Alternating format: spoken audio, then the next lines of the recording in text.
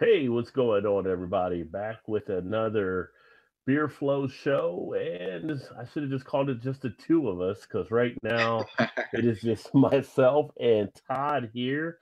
We were trying to wait to see if Eric showed up, and he has not chimed in yet. We don't have Joe tonight. Joe is out of action, but that's all good. So, welcome to anybody there checking out the show.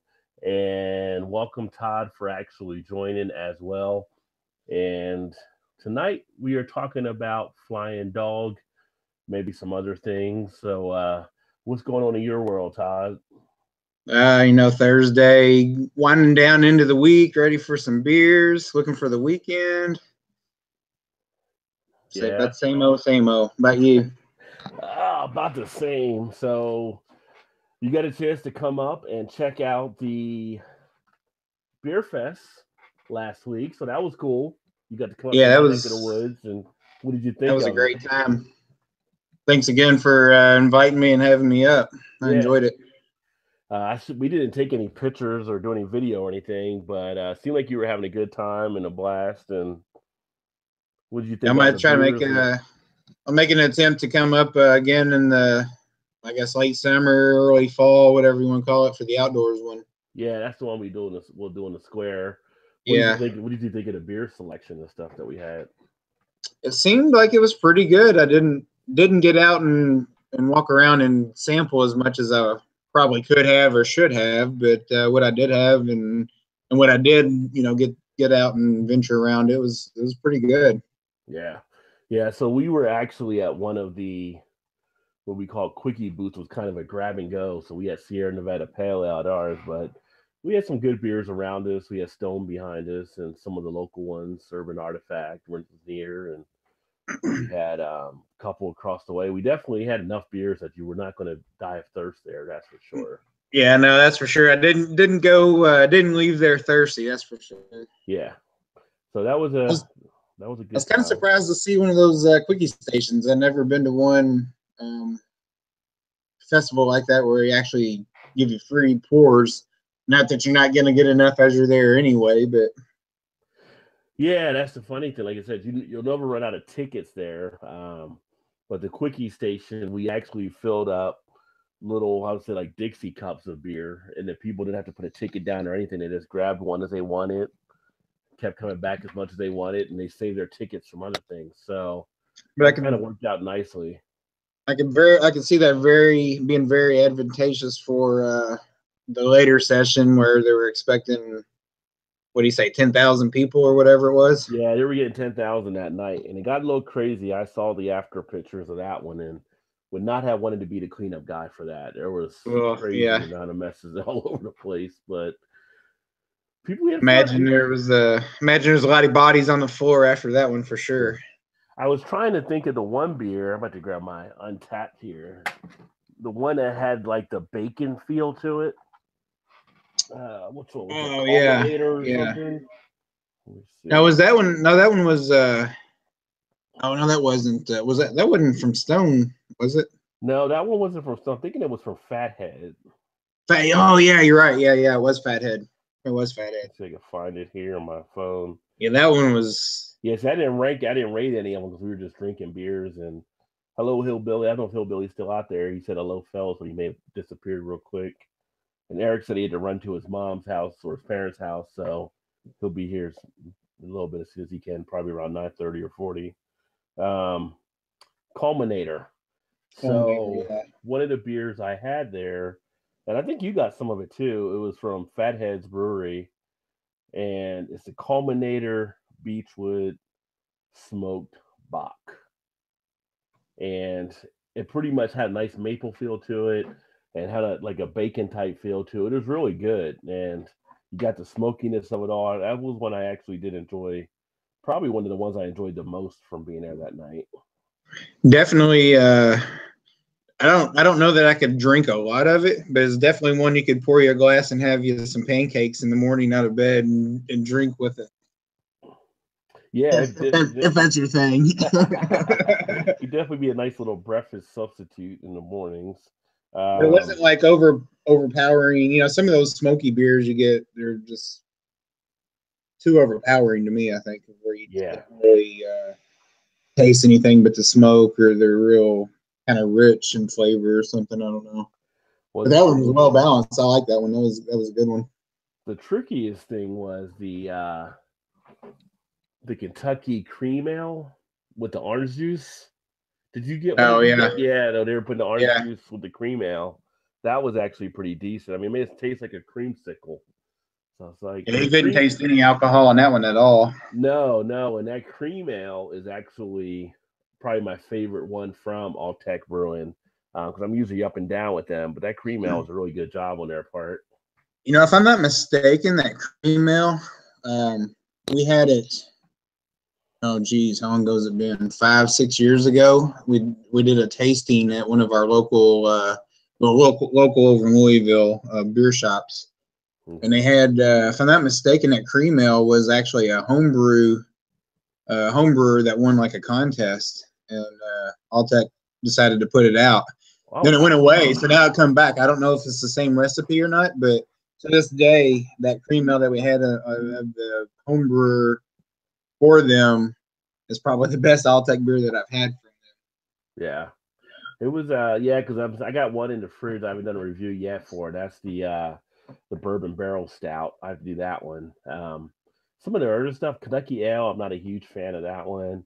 But then I'll have a couple other ones they'll have and be like, yeah, these are all right, decent. But yeah, that one to me stood out. So maybe it was a home brewer because it's definitely better than something else I had. So they say, hey, we're gonna use this guy's stuff. Yeah. I was always wondering. I haven't had it since, so I didn't know when was it cans or bottles they come out with almost. Yeah, that's bottles. I actually had a 4-pack of that before. Okay. But yeah, that's a bottled one. They might do it in cans. So I'm curious to see if that's. I'm curious to know whether that would be the same recipe from back then. Yeah. And then, or if they went out and did their own thing. Victory Brewing had the Blackboard series, their Black Forest Cake Stout. So that was the one right across from us. So that was kind of interesting. It's kind of a sweet stout. I got me a pour of that one. That was pretty good. Yeah. And then the other one too, because one of the people that went with us really liked it, was the Barmy, which was actually pretty good from Ballast Point. So that was their Belgian Strong Golden Ale. And they had that kegged at the Ballast Point booth. Yeah, I didn't get that one. The only one I had from Ballast Point was early on when we first got there and we was pouring our own, was the coconut Victory at Sea. Yeah, that's the funniest thing. So we got there, for the people that are watching the replay. So we get there, and we got like a group of like 10 of us. So I'm there, and I'm meeting some of the different people from different breweries and stuff, kind of trying to network and talk a little bit. And they're getting our group together. So they call us to the main stage. And of course, I'm like in the back of the. So I'm walking up there, and I got a beer. And they're like, how do you have a beer already? So well, I told you guys, as soon as they're tapped, you can drink any beer. So we end up getting people beers. But it was just so funny because everybody was like looking at me like, how do you have a beer before you got it started? So yeah, but it's pretty much game on at that point. Yeah. I was like I can't be here for all of you at the same time. You got to get out and work it. Brewdog was there, so I had their Hazy Jane. So that was a decent one. So they got the resort that opened in Columbus here in March. So I was talking to Brewdog there. So that'll be interesting to go check out. That wouldn't be a bad little trip getaway. Beer spa, beer keg in each room. Should be a nice little setup. So if you go online and check it out, I think they get the resort details and everything out there, but that'll open out here in March. And I know Stone has their one we've talked about in the past out in California. So it could be a little interesting market if they start doing some of these brewery type resorts. And then Jackie O's. Where's the Brewdog? Where are they going to be at? Is it in Columbus? Brewdog in Columbus. Okay. Yeah, so just 2 hours for me. I'm telling you, it's just like a beer mecca here. So many beer things happening. We were getting a tasting room from Platform Brewing. That's when you try it too, is Platform. So they're out of Cleveland, but they're putting a tasting room down here in Cincinnati as well. So we'll get some of that beer. And then we had Jackie O's that was there, and I had like their a Mandala. I kept saying Mandela, but it's Mandala Centennial, which wasn't bad. Kind of a double IPA from them. So all in all, some pretty decent beers. There were some other ones here and there that we actually had. The one from Rivertown, they had the salted caramel, which was really good. That's probably one of the better beers I've actually had from Rivertown Brewing. So if they actually bottle that, I will probably pick up that and do a review because it is really good. And then there was one new brewery called Oddside Ales. They had a Diggity Dank Juice. Tried that one out. So a good amount of different beers out there messing around, and got a chance to experiment a little bit. Yeah, I was kind of mad when I had the printout of everything that was going to be there, and I marked off some stuff that I was anxious to kind of try, and then I went off and left the damn paper at work. So I was like, I couldn't remember what exactly I was wanting to get, or kind of make a point to go get it while I was there, and then I was like, shit. It's like I left my map at home. I'm lost. But the one thing that was pretty funny was the disco. What they call that? Where everybody had their headsets on and they dance but you can't hear it. Yeah, so they do what is called the silent disco, and people get headsets on their head, not too much different than what I'm wearing right now, and you have music playing, but no one can hear it except the person with the headset on. And so you have 20, 30, 40 people, how many people in this little square dancing. And I don't know if they're all listening to the same song or different ones, but they're moving, and you're just sitting there watching them from the outside. It's just interesting. So it's kind of funny. There are definitely some funny moments. You see some of the people putting their dance moves on and everything. And then they had the virtual reality, which was pretty cool, with the VR type glasses that people were doing stuff. There was some Star Wars one with lightsaber, and some other ones where it was a first person shooter and some other stuff. And then they had a couple driving games there too on the computer. So that was kind of neat. So yeah, that was cool. Drank and they gamed and they did all kinds of different stuff. So all in all, pretty decent turnout and event. And where Todd and I we were right in the beginning where they let people in, which we didn't get as busy as we thought we might at a point. So we kept everything. Now, I thought it would have been even in the early stages. I thought people coming in and be like, "Hey, just grab a drink and just go walk around." But that really wasn't the case at all. I was kind of surprised. And our keg was kind of light anyway when we first got there, so I thought we would kick it, and we never even kicked it. I don't think. I think we kept it the whole time. Yeah, it's people were trying to go. You try to get everywhere else. It's kind of like when you go, you see a beer you can get anywhere, so you're not going to really try to probably get that one, but had you known it was just a free thing to take while you're trying to find anything else, I think people would have probably got more involved in taking them. So, yeah, I think they should have put that little bit on the on the side of the tent. They should have advertised that a little bit better, a free drink, no ticket required or something. Yeah, but by them skipping us, it allowed us to get free time to go try the other beers too, so we weren't heavily swamped. So yeah, it kind of worked out for us well. Right, exactly. I'm kind of curious to see seemed like everybody kind of gravitated towards the back of the area, convention center. So I'm curious to see if those quickie stations in the back, if they stayed a little more crowded or busy. Yeah. Well, it's the one station that we met a couple of the other servers. They had Schopenhofer, and then the actual people showed up from Schopenhofer, and they were like, "Oh, we'll handle it now if you guys want to go walk around." It was they were pretty much free at that point to go try whatever they wanted to try. So, yeah, which kind of made it nice. Definitely way to go is to volunteer for sure. yeah. I mean, even when we were talking to, I forgot what his name is, that was part of the group. He's like, "This is the best way to do it." I mean, you get in here, you drink. I tell people, you drink, you volunteer, you pour beer. It's one of the beer fests where you're actually encouraged to actually drink. When they did the sign in, they were like, "We expect you to have a cup full at all times, but don't be that guy that gets too hammered.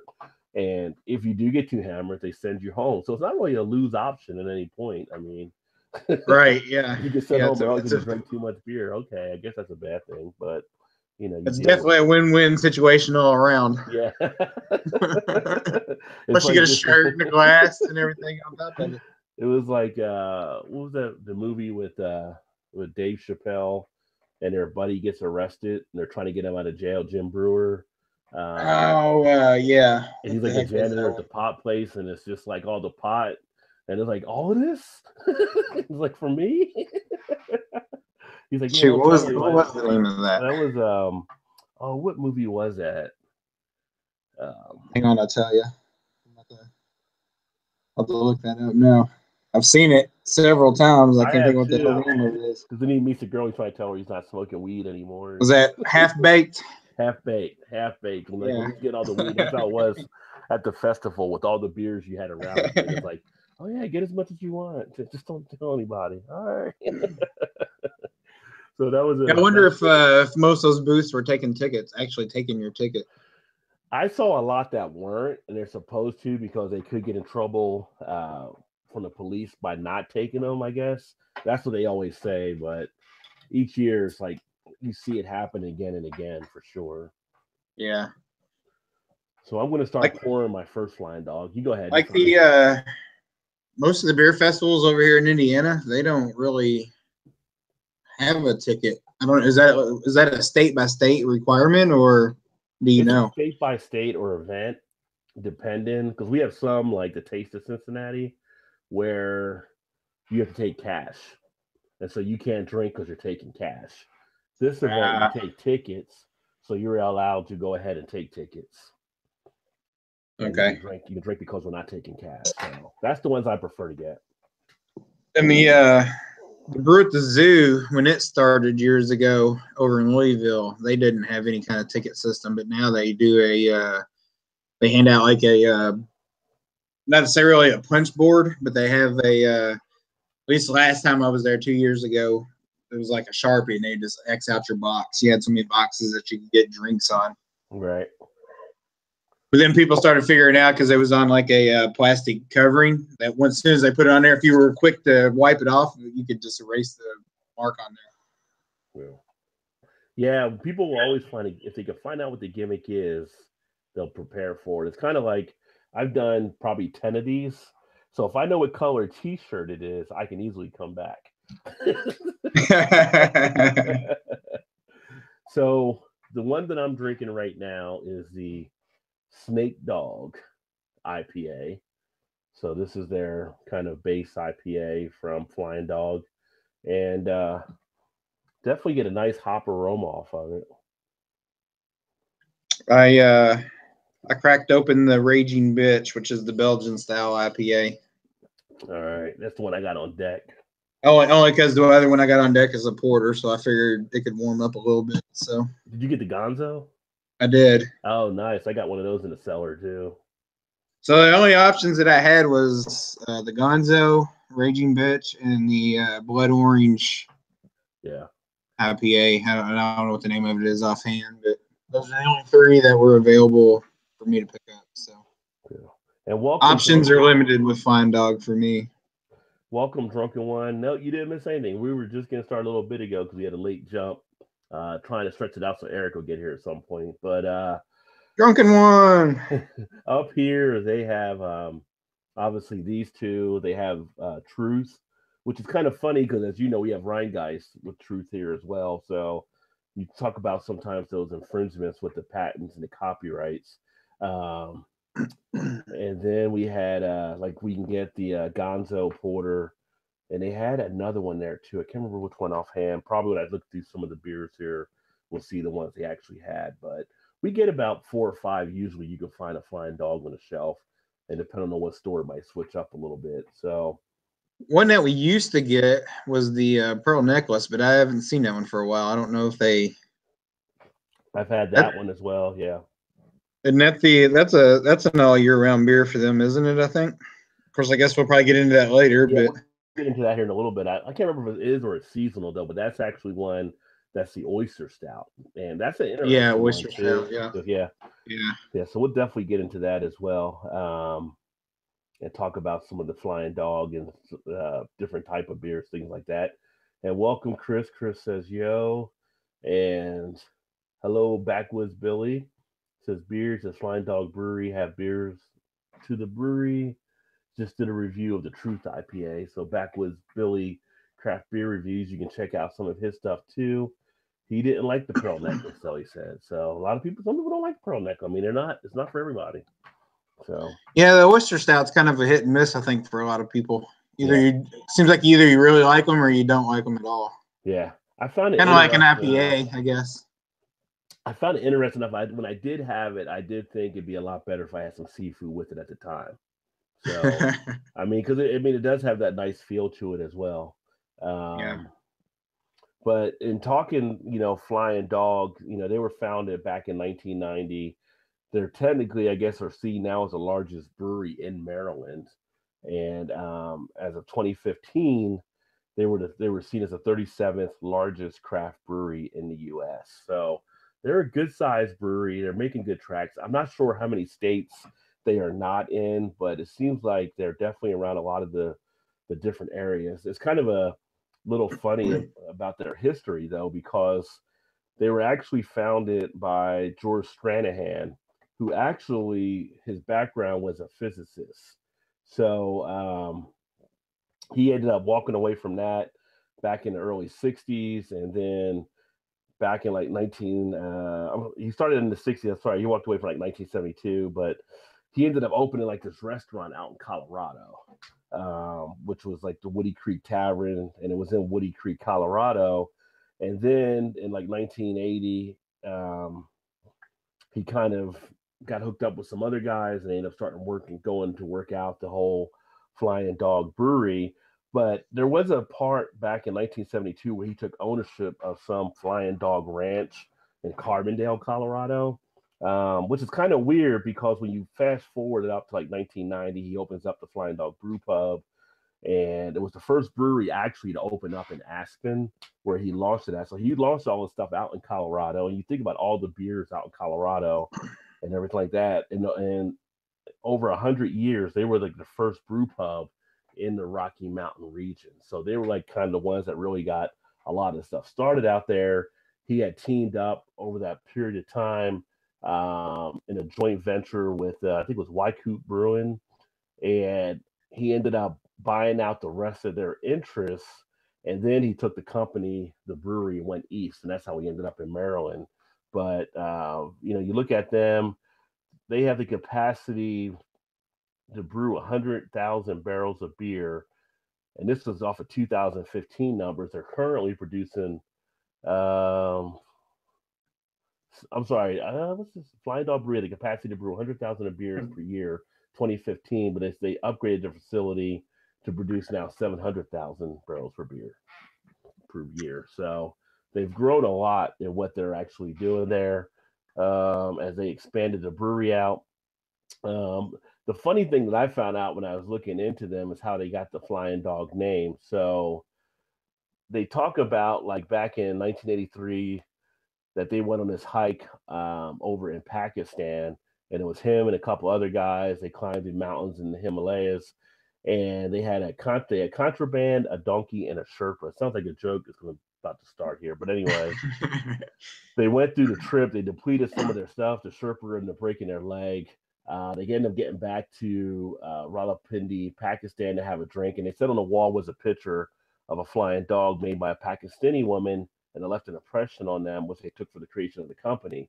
But you look at 1972, he owned a ranch called Flying Dog Ranch. So I don't know. I don't know. Maybe they were hallucinating from the contraband, but it seems like he already had something in his past that said Flying Dog before that and everything. So take it for what you want, but they are a uh, great brewery and some of the stuff they do. They're also a controversial brewery as well. So we know about some of the stuff they went through, some of their labeling and stuff. They're actually, I think, and I don't know if you've seen this as well, but some of their beers are kind of seen as offensive to some people, especially I think more like they've had some situations pop up with women on how they label some of their stuff. We both have like the Raging Bitch here, which is their Belgian IPA. And at one point in Michigan, they wouldn't allow them a permit to actually sell it there because of it being found offensive. They end up going back and winning their law case to be able to make it available.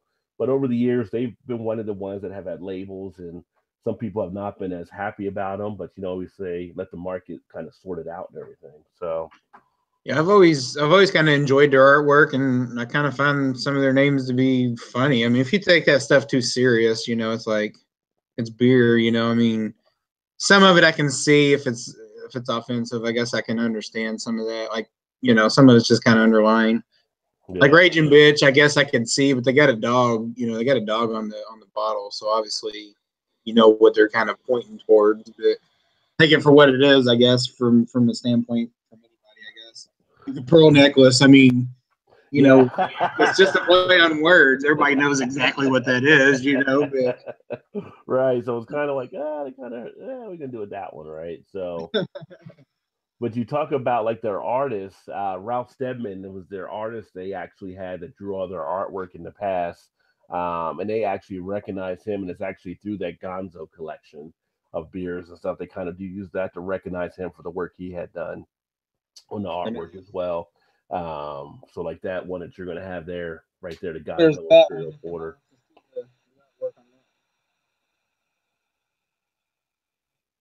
Yeah, it's pretty. I think I like their bottles. Kind of reminds me a little bit of like, although they came first, so Against the Grain. Some of their like artwork is kind of similar to like Flying Dog in a sense. Let's see here. Kind of that cartoonish, walking the line, I guess, as to being the correctness to it or whatever. Yeah. And Backwoods, and so he's saying hello as far as, so I think there's some other stuff up here. Yeah, it's like they held one of his comments there. Mr. Angus Wangus, he was here. I don't know if he's still here or if he's there or not. But he asked Drunken One if his hair was growing, because Drunken One had shaved his head. And I saw that. I didn't even recognize him on the video. Don't know how that happened, if that was like part of a episode or not, but it was he was trying to do his Rod J imitation. I guess so. And then this is a Billy Deer Rise Snake Dog IPA, nice Raging Bitch, nice. So he likes that one, I think. He says they are national. Billy actually lives in that Maryland area, so he's there where you can get Flying Dog and like Dogfish Head and all of them. Drunken One, Backwoods Billy, howdy boss, how are things? And then we have Billy saying they also contract outside brewing for their beers. Doing well. Drunken One sipping on the Voodoo Ranger. I wonder which Voodoo you're drinking on. Is it the Juicy Haze IPA Drunken One, or is it the Pale Ale, 8-hop Pale Ale, or which one is it there? Backwoods Billy, if anyone gets to Frederick, Maryland, Flying Dog Brewery is a nice tour, big brewery, but mad tap house. I was talking about medium tap house. They also have a lab. They take you into taste the malts and hops, so that's pretty cool. Last year, the Brewers Association had banned offensive labels. Well, the thing is, the Brewers Association kind of banned offensive labels. They won't allow people to get awarded at some of their events, but they'll still allow them to participate. It's kind of like a weird type line they kind of drew there, but they can still participate, but they won't be eligible for possible awards, which is like, I don't know why you want to participate in that case, or why you just don't do it the other way and just say you can't be awarded, so we're not going to have you. But yeah, they weren't really firm on that, kind of like how they moved the line with Sam Adams and the Barrell stuff. 21090 Brewing, what's happening? Says love from local brews, Flying Dog, The Truth, another great one. Drunken One says New Belgium, 9%. That doesn't tell me what Voodoo Ranger it is, though. I'm just curious. Come on, Drunken One. Stick with the plan. There we go. Imperial IPA. Oh, nice. And 21090 Brewing. Hey, Billy. Hopefully the 23rd and 24th. As soon as we get their contact, so he's be hooking up with those guys. It looks like.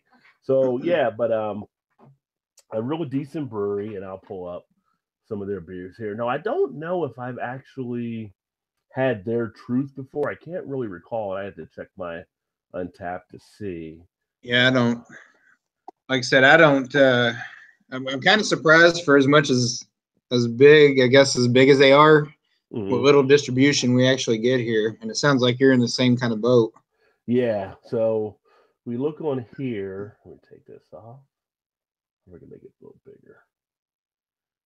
So here's their beer line, right? So Billy, mentioned like the Truth, and it's also be mentioned out there. So that's their Truth Imperial IPA. and that's going to give you that nice big boost of that hop flavor, citrus flavor, all kind of stuff you'd expect from IPA. Then you got their Abbey Ale, you got their regular IPA, which I have right here, the Snake Dog, the Bloodline, Blood Orange Ale as well, and then of course the Raging Bitch. So that's like their year-round line. And what I do like about their year-round line, I'm trying to pull the wrong screen down, is there's only 9 beers on their year-round. So they don't try to overcomplicate it. They're just doing other stuff as their seasonals. So here you have the Chesapeake Stout. So it is a year-round in that regard. The Pearl Necklace. And you also have the Doggy Style, which is their Pale Ale, Gonzo, the Imperial Porter, and then the Double Dog, which is a double IPA. So that's their kind of full line. Then you have their seasonals that they mix it up a little bit. Things like this you'll see at certain points: the Horn Dog, the Tropical Bitch, Lucky SOB, Dead Rise, Numero Uno. Scrolling down here, you got the Summer Rental Rattler, you got the Dogtoberfest Marzen, the Fear, K9 Winter Warmer, and the Family Drama Imperial Pilsner. So you don't see a lot of Imperial Pilsners usually out there as much, so that'd be kind of interesting. No, yeah, that would be interesting. Yeah. And what was the name of that one? The Family Drama. Family Drama. Okay. And then, of course, then they have their limited release area. So, which really isn't a seasonal kind of a limited release anyway. I mean, it's not out the whole year. But, right.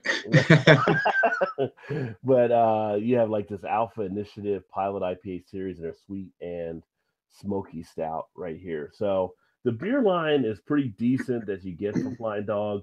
You know, it'd be kind of interesting to check out, like I said, their truths versus our truth that we have here in Cincinnati with Rheingeist.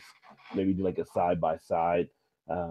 Billy says the truth is one of the top 10 50 IPAs according to Beer Magazine and Draft Magazine. The only problem with those lists is no one's ever tasted all the IPAs out there. So when you have stuff ranked at a top number, it's all going to be limited by your universe. Dead Rise is a perfect beer. Drink in the summer, 21090 Bruin says, while eating crabs in Maryland. And of course, if you're going to have crabs, you want to go to Maryland for those. And Billy says the Oktoberfest beer is a nice match. I'm sorry, it's a nice, much heavier body than expected. And 210 agree with that. So, how's the overall feel in the beer? How do you think on the Belgian? How do you like the Raging Bitch? It's. I've actually had it before. It's one of the few that I have had. I think looking at my Untapped, I've only had 4 different ones from them. The Bloodline, Blood Orange Ale, and the Pearl Necklace, the Raging Bitch, and the Snake Dog IPA. Okay. So I'm having Raging Bitch again. It's actually decent. It's not a bad Belgian type style. A lot of I feel like a lot of orange notes to it. But it's not too bad. It's decent. How about you? Well, this one is actually pretty decent as well. You know, it's got a nice flavor to it. You can definitely sit and enjoy it. I'm getting a good duration of that. I'm getting the hops coming through nicely. I'm feeling the citrus from it being like an IPA. I'm feeling also a little bit of that kind of that grapefruit feel, a little bit of a pineness in there. But I do like the look on it. It does have a nice amount of lacing, which is one of the things I always look at, like for how some of the IPAs go down the glass as well. Very decent beer. Definitely one that's conditioned before it goes to the bottle. As you can see, pretty much not total, like very, very, very clear, but just about clear enough. You can see to the other side. It's not murky in any way. You're definitely picking up some of the nice view of it. And the head is still actually lasting there a little bit. I mean, it's less than a half a finger now, but it has lasted for a good amount of time from the time I actually poured the beer. So yeah, mine kind of dissipated pretty quickly, and I don't really have a whole lot of lacing going on. I'm kind of curious to see how yours. Should have probably waited to open this one the same time you did. Yeah. But the other one being a porter, I wanted it to sit out a little bit longer. So. And there's the E-Man. What's happening? What's up, gentlemen? What's up, Eric? Not much. What's going on, Todd? Eric is doing a little bit not much. around. So what Flying Dog did you pick up? I can't get Flying Dog here. Why do you tell me you couldn't get Flying Dog? Couldn't I looked everywhere for it. I can't get it here.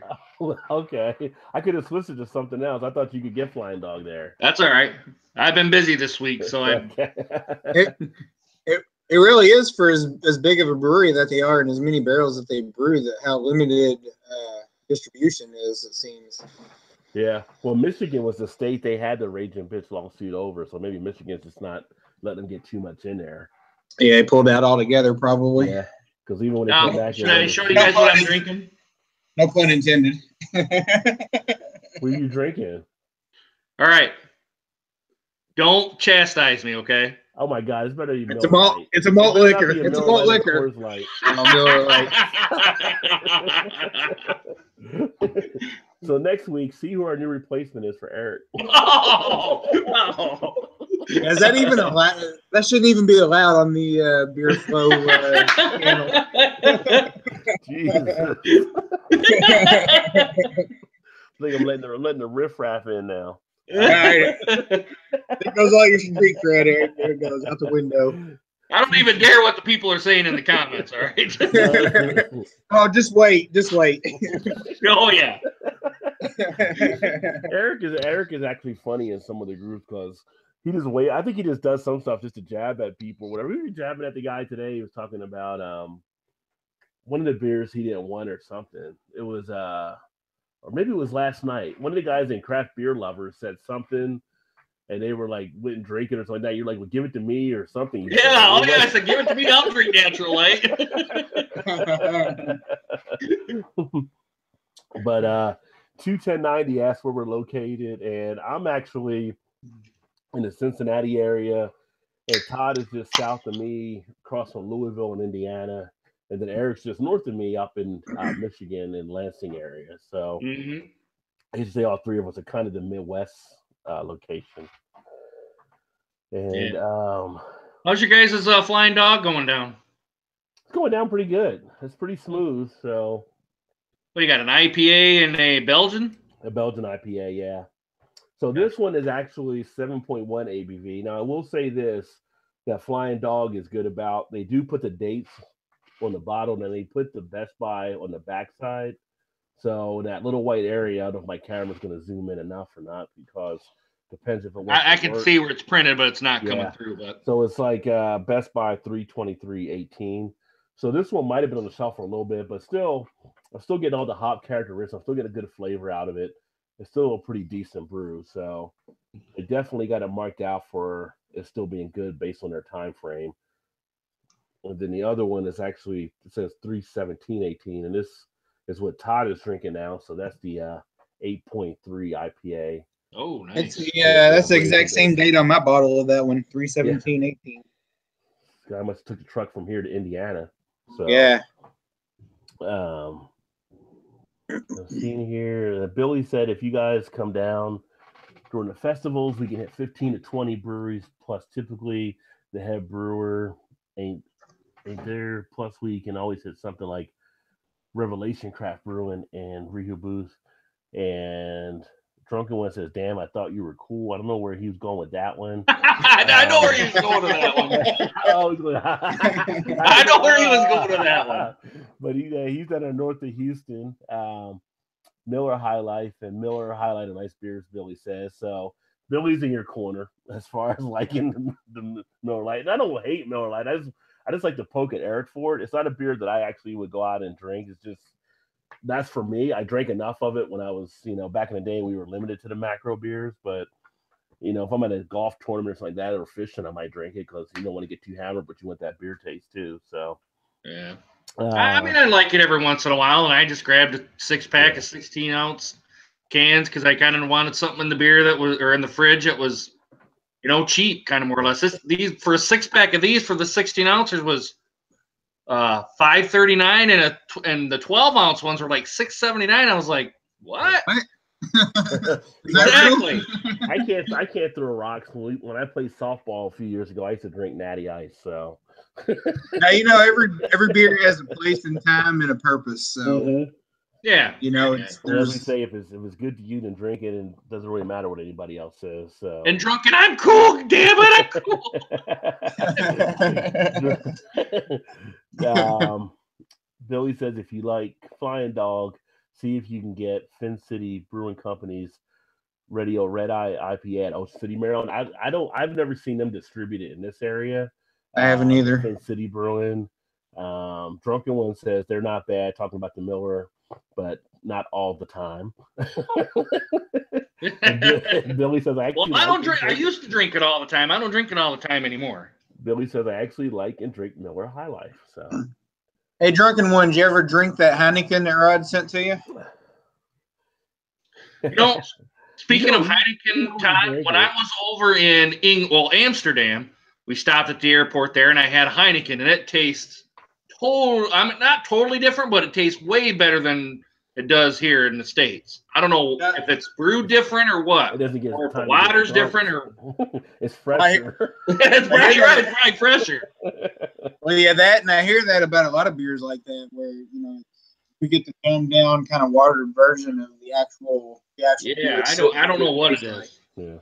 But it tasted different and better. But like Rob said, it could be much fresher. Well, it's like they get stuff from our stuff delayed over there, so it's not as fresh, and it could be fresher coming off from over there too. But Heineken's not all terribly a bad beer, though. I mean, it's just like I said, it's all about what you're comfortable with at that time, what you like to enjoy. So I've drank Heineken before, and here and there to pick it out. You get like one of those tall cans here. It's like $2 or something. It's not a bad one to have. Yeah. Just want to kick back. And I will say with the Heineken, what I do like about that one, especially if it's fresher versus some of the other ones, you do get that hop taste in it. You do get that bitterness from it still. So you can definitely tell where they're using the hops. Drunken One is now saying he drinks some Miller High Life, so it's nice for a change. Heineken is on sale where Billy is for $6.99 a 6-pack. I think actually here at our Kroger, last time I looked, it was like $5.19 or something a 6-pack. Wow. Because I still don't understand why they sell the 16-ounce 6-pack less than the 12-ounce 6-pack.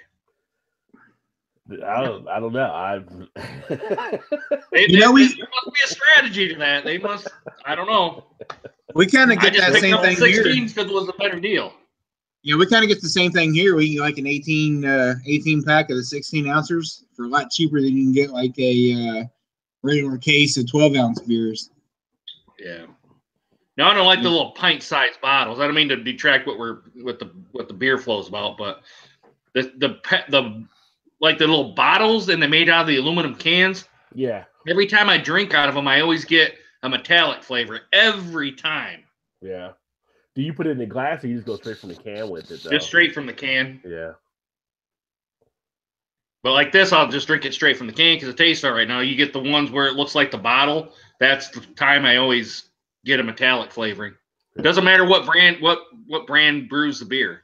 Out of the aluminum can bottle type? The aluminum bottles or whatever. Yeah. Like I say with the games, at the ball games. Apparently they put the liners in them, but that seems to not help, I guess. Maybe it's just me. Well, Drunken One says some people won't drink tall cans. I don't know who those people are because anybody I know, I give a beer, they'll drink it no matter what size it is. Well, now is he talking about the 24-ounce cans or is he talking about the pints? You talking 16, 24, 22? Rolling on those? What? Well, I see that. I've heard that argument sometimes where it's just too much at one time and it gets hot before they can finish the beer. So. Yeah, I mean, we know if an adjunct lager gets hot, it's going to be not as great of a beer. So. Yeah. Not many people are chugging 24-ounce cans. Shotgunning 24-ounce cans. Shotgunning them. Why not? Sounds like a challenge to somebody right now. Billy says he usually puts this into a glass. Drunken One says 16-ounce. And on the 10th, your lips touching the aluminum could be messing up your palate. Yeah. That could be. I tend to like drink anything, even Miller Lite, Bud Light, whatever. I like to pour pretty much anything into a glass. Yeah. That's how I usually prefer too. I mean, if I'm with a can, I don't know if it's the air. Like, I don't know. It seemed like it makes me more full no matter what style of beer it is if you drink it out of the can or bottle. Yeah. Well, you want to get into the thing is when you think about when you drink it out of a can or a bottle, you're not letting the CO2 out of it. So you're actually going to get more bloated at that point as well. And that makes sense, yeah, because that's dump it into a glass, you're getting that stuff out of it. Yeah, and that makes sense, and that's probably what it is. I always feel like I can drink way more of that out of a glass than I can out of a can or a bottle. Yeah, it's always about. I always try to find the right glassware when I can, but you can't always do that though. Are you guys getting that big snowstorm we're supposed to be getting up here? We're not supposed to get it, but like, yeah, I saw like I got people that work with in Chicago. They're expecting it to be pretty bad this weekend. Pretty much, they were under their snow totals like for the first 2 months, and they were just told, "Don't worry, we'll catch it all up this weekend." The storm's supposed to be huge coming through. So what are they calling for, Eric? Well, where I'm at is 6 to 10. Oh wow. Yeah. So it's supposed to come right over Chicago and then come right towards us. So starting tomorrow night, or? Oh, they said it was supposed to start at 9, but I got home and I didn't see any snowflakes. So tonight, starting now. Okay. They say, I guess they updated it, said it's not supposed to be here at midnight. How good are your guys' roads when it snows up there? They pretty good. Usually they can plow them off pretty good. I mean, Drunken's from up this way. He can probably say that, you know, they're usually pretty good about getting the snow out of the way for people to get to work in the morning. Yeah. And they got the salt, you know, all that. I don't know if you guys have the trucks down your way as we do up here, but. Yeah, we do here in Cincinnati because we're used to getting it. I mean, so they're usually pretty prepared. Obviously, up where you're at, they're really prepared, just like in Minnesota or Illinois. Yeah, Wisconsin, Minnesota, Upper Peninsula, all those places. I find it, though, it's not as much the trucks handling the snow. It's the other people driving in the snow that are a problem. It's usually the drivers that just can't handle it that cause all the issues. Yeah, those are the ones you got to be cautious of. Everybody around you. Yeah. Oh, nice little pour. What did you say about your head, Todd? No, I got a good head on it, but then it dissipated. Oh, it dissipated quickly. Okay. Yeah, and I didn't get much lacing on the glass at all from it. Okay. I'm curious to see how yours is, since it was bottled on should be the same batch, I guess. Now, did you have the IPA too, Todd, or do you have just the Belgian? Yeah, no, I got the Belgian style, and then also got the Gonzo, which is an Imperial Porter. That's the Gonzo Imperial Porter there. I only have 3 selections to choose from here. Yeah, I looked all over and I didn't have any. I couldn't find it. But like Brad said, I didn't realize they had their lawsuit going on. Yeah. Yeah, well, they went back and they ended up winning it and everything. They came back like in let's see what year was that. So in Michigan was 2009. The Michigan Liquor Control Commission denied Flying Dog Brewery the license right to sell.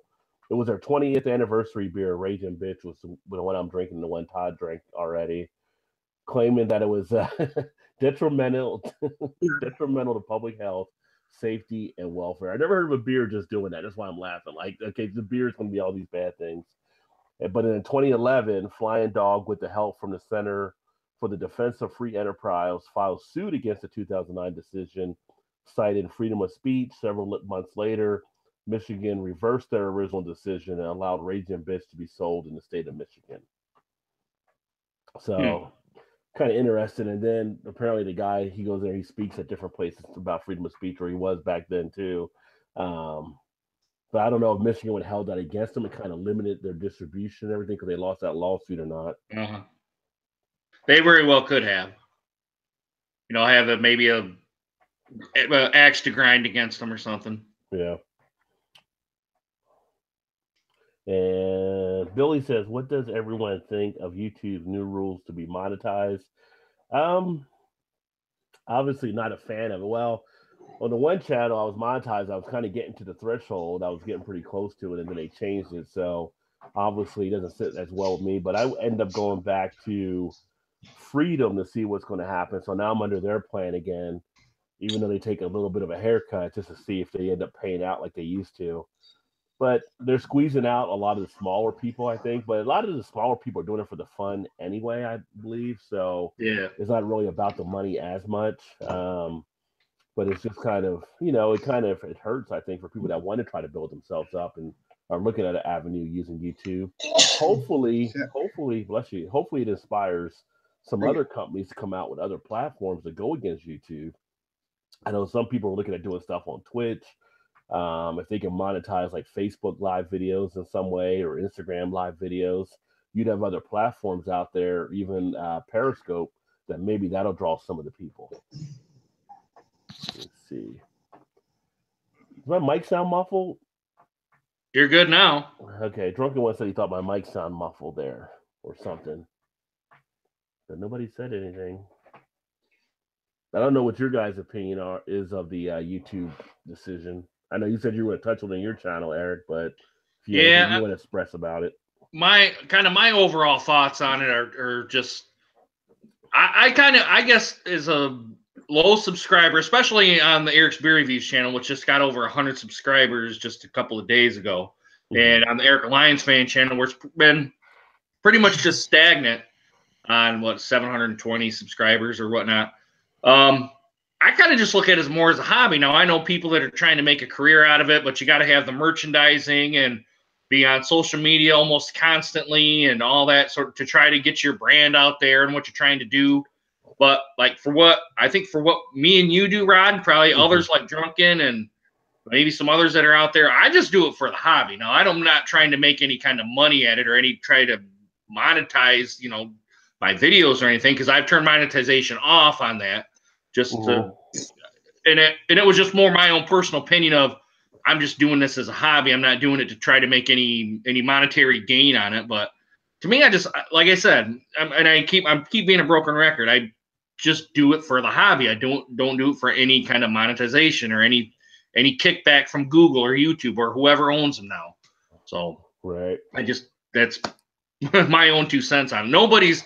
Google doesn't have to, or Google or YouTube doesn't have to pay you to do your videos. That's I kind of look at it as a nice thing to do. They're not required to do that. They could just very well say, screw all you guys, we're not paying anybody for any videos. I mean, they're a private entity. So I'm going to get off my soapbox now. I think it's grown more than they were anticipating, and they can advertise well, so they're just kind of yeah, and I guess I can't. Go ahead. Keep going, Tom. Yeah, I think in the long term that a lot of people have grown so big and making a career out of it that they're kind of benefiting from YouTube giving them the kickbacks or whatever. So and I kind of hear people bitch and complain about about money. And granted, money is the kind of the driving force of everything. Don't get me wrong, but it kind of everyone who kind of complains about it or brings it up feel like it's expected, I guess, like it's like they're expected for YouTube to pay them to do their stuff. YouTube does not have to pay anybody to do anything. Right. And that's where I kind of have a little bit of disagreement on. YouTube does not have to pay anybody to do any videos or anything, which I think they're trying to push the creators out, like me, you, and Drunken, and really anybody else who does any other type of videos too. Because I know I'm sure you guys have known YouTube Red has been pretty heavily, promoted on television to try to be like the next Netflix, Hulu, Amazon Prime. So really, it hurts guys like you guys more than anything, right? Because the guys that had the thousands upon thousands of subscribers really didn't really amount to anything for those, right? Well, I don't really even think it's going to hurt those guys, really. I mean, if they still want to do this as a hobby, and they're probably getting paid, I guess, I don't know. I haven't really reached out to anybody to say, or to Darwin or to DJ Brewtube or anybody to say, does this hurt you guys? I mean, I don't think it does, but it very well could. They would have to respond back, obviously, but I don't think it really is going to hurt them. Yeah, I mean, if they got like the time frame and the hours and the subscriber count was like, say, someone like Darwin does, and they're in good shape there, they're clearing probably the hours. I think my hours over the last year was 1,500 watch hours. You got to have like 4,000. Yeah. You're supposed to have like 1,000 subscribers. I think I'm like 416 or whatever. But those kind of guys that do some of that stuff will probably be okay. And then you had some of the situations that took place from the Logan Paulson type thing. There's been some PewDiePie things that some of the advertisers are kind of bitching about some of the stuff on there. So in a way, they're trying to maybe clean up YouTube a little bit. But at the same point, the major stars that cause the issues aren't really going to be penalized that much because they're too much of a draw for advertisers because they have such a following. So it'll be interesting to see how it all plays out. So the end of February, I think, is when they start making the cuts and all that kind of stuff. But according to them, if you've had money on AdSense, they're going to pay out the balances, though, before they make this cut, which will be interesting. If I get a check, and I think it was like at $83 or something, if I got a check from them, I'd be like, oh, that's interesting. But for me, it's kind of like a hobby anyway, so I'm having fun doing it. I mean, if I could make money off of it, I would take it. You know, I've already had companies that have liked some of the stuff I've done, and they have supplied like some different things here and there to check out some beer. So the way I'm looking, I'm already ahead of the game. So yeah, anything else is just a bonus at that point, right? Yeah, because if I get beer, that's like money to me anyway. So, but you know, when I go out there and you know, I talk about it, I enjoy talking about beer, and I've done stuff locally here talking about stuff. And probably the only thing I haven't done is like just get certified Cicerone or something like that and everything. But that's something I thought about. But I have places here that I talk about how they brew different things and do a lot of interviews locally and get out on site and do stuff and consult with some new breweries that are about to open. So my exposure has risen because of it already, whether or not YouTube pays me or not. Yeah. So. And I kind of going to Drunken's one point about he said in one of the comments, he said, the people who seem to be bitching the most are the ones that make the shittiest content. Beauty's in the eye of the beholder. Beauty's in the eye. Yeah. But I think I know I know what he's going with there because there's a lot of I know what he is too. It's like your content's not really all that great anyway. But I would tend to say there are some people in that boat too. And Red Beard's in there. He said hello. What's going on, Redbeard? And Drunken One also said just a hobby for him. Drunken One should do a video of him when he makes the jerky. That would be kind of cool because he does a great jerky recipe. Because what does he have, like 1,200 subscribers now or something? He's huge. He's blowing up. Yeah, he's got like 12 or something, I think. He's getting up there. Yeah. Drunken One, send me some of your jerky. He's got the video diary. He said he uses it for. What kind of camera does he have? I'm curious. What kind of camcorder? I thought he was using his phone, but maybe not. He might have a camera. Polaroid. A Polaroid picture. And then I've been thinking about getting a GoPro. Like, well, the one I had is the audio sucks on it. I mean, that Acaso, man, the audio just sucks.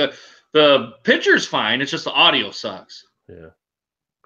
I've seen some of the GoPros out there, but never really wanted to pick one up. I guess because I would just don't like the look of them, but if you're doing other stuff, they're kind of shoot good video, I guess. So a lot of people like using them. Yeah. Because you get them in a 4K at a reduced price. The Drunken One says, one day my great grandkids would know me talking about how big he's going to get on YouTube. So, yeah. And then Earth is here. Hello, Earth. He said, good evening, gentlemen. I mean, if you put out good content, I mean, people are going to follow you. Yeah, that's what you try to do. And you put out content that people would like to possibly see and follow. And, you try to be entertaining. I mean, you got to be true to yourself, though, too. Like, yeah. I can't sit here putting out videos of shandies all day long because it wouldn't be good. It just wouldn't. Oh, Redbeard uses a GoPro with an external mic. Does it have a provision for an external mic? I don't know. I've never used one before, so I can't say. Yeah. The Redbeard says he thought I sounded a little muffled too on this. I'm gonna take this thing off. I thought we had an echo earlier. That's why I had the headset on. I don't know that you're muffled, but the sound's not very as high as it normally would be.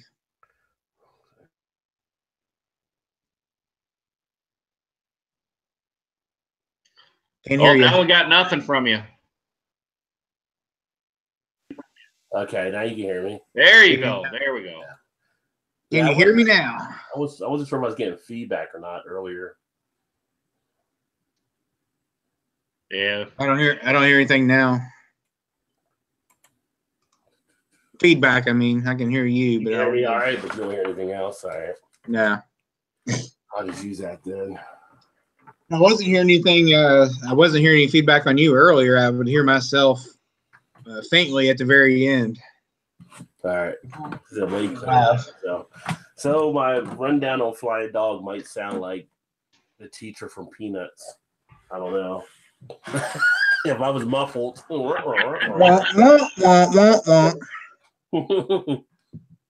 And he said much better, not more clear. So I don't know. Nobody told me earlier. So well, you didn't really sound muffled. I could hear what you were saying. You just sounded a little bit like quieter, almost like in the background more so.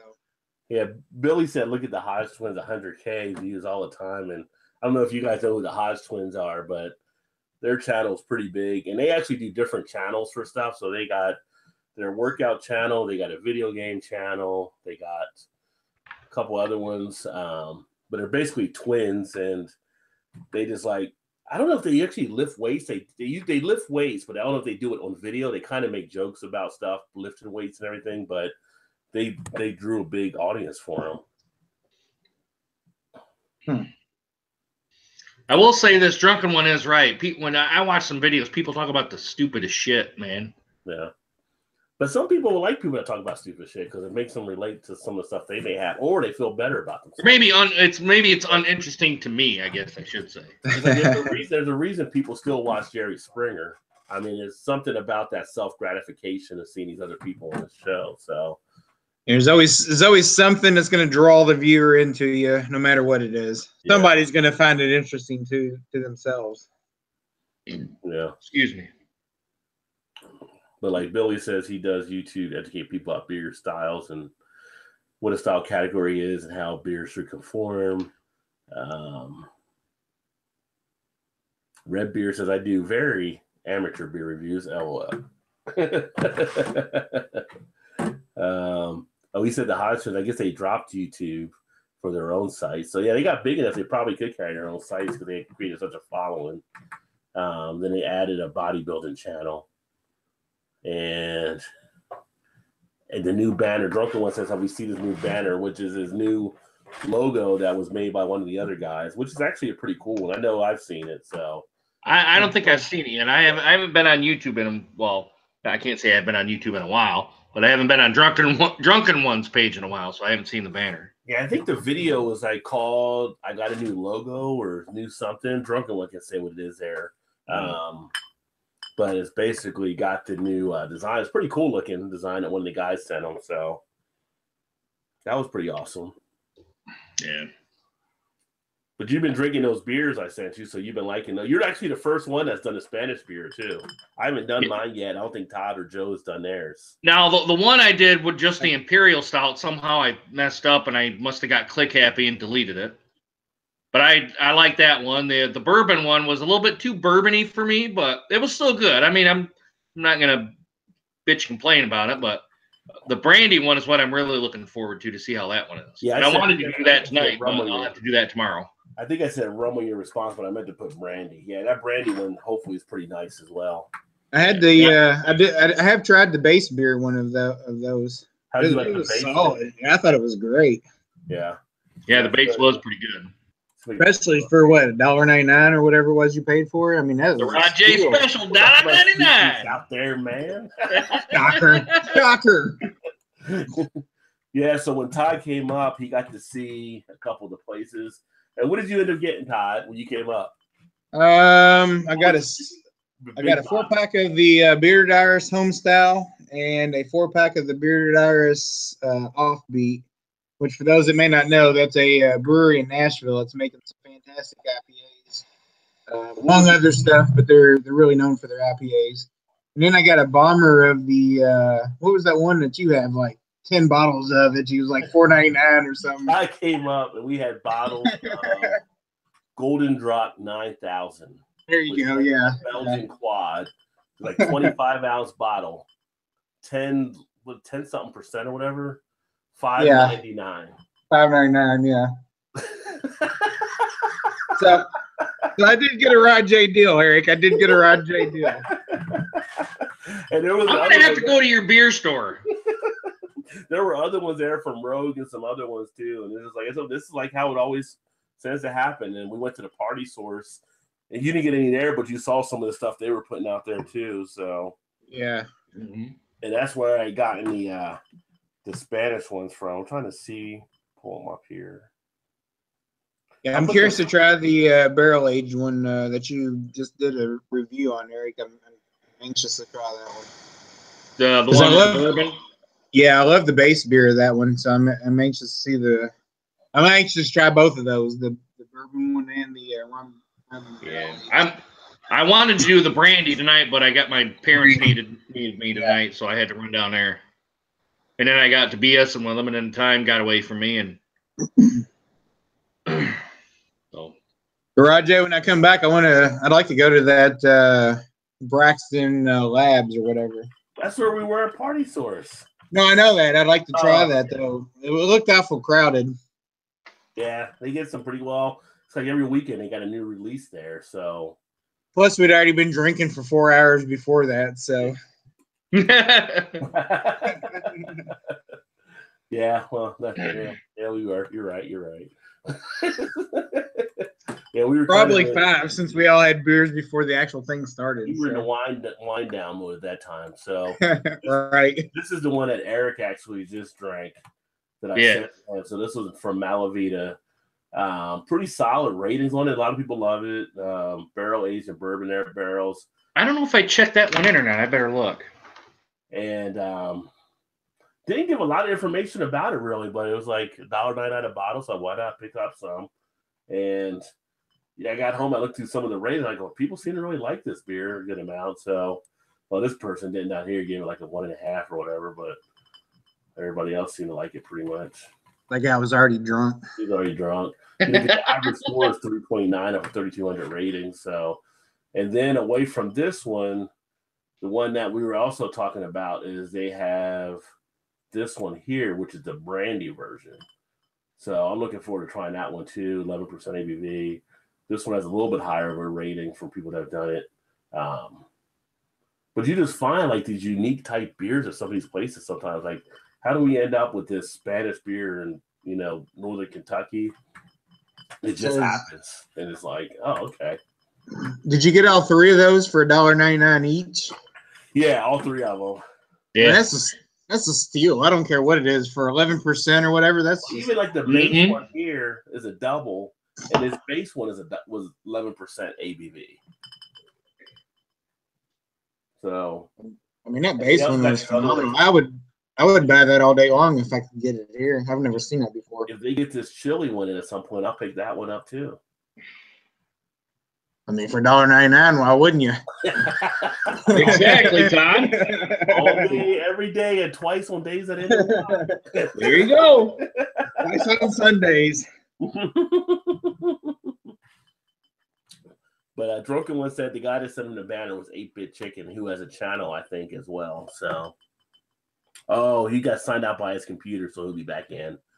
There's a Malavita bourbon. Yeah, he has Drunken One has a Big Ben computer, so like whatever hour it is, like every 2 hours, 3 hours, signs them out for whatever reason. Yeah, I've noticed that in chats before. Like he just disappeared and then he'd come right back. Yeah, like what is going on? Yeah, so it's like his dial-up disconnected or something. Heavyweight level 2. You like it thick and dark. What the hell, Untapped? You know what's happening? Looking at a porn site. The truth comes out. Yeah, I just checked that. I just checked the Maltavita bourbon and. Eric, I don't think we're friends on Untapped. I'll have to friend you on there. I think you're on mine though, Eric. I think. Am I? I think. I don't know. Let me see. I'm under ERIC 'S space beer space reviews. Oh no, you're not fine with that. All that. Yeah, really. What's that all about? So if you look at the Maltavita one, the bourbon, you'll see my check-in. All right, let me see here. Because you just did it, right?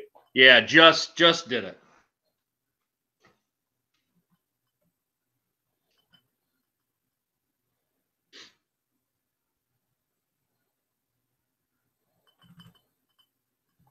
Let's see, check it out. Now I'm gonna get ding-ling, ding-ling, ding-ling. Yeah, we go nuts. I got a Brian Scott. I got a Jesus Repressa, Brian Herzog. I know a guy named here named Brian Herzog. Yeah, if you go to that Maltavita bourbon, you should see my check-in.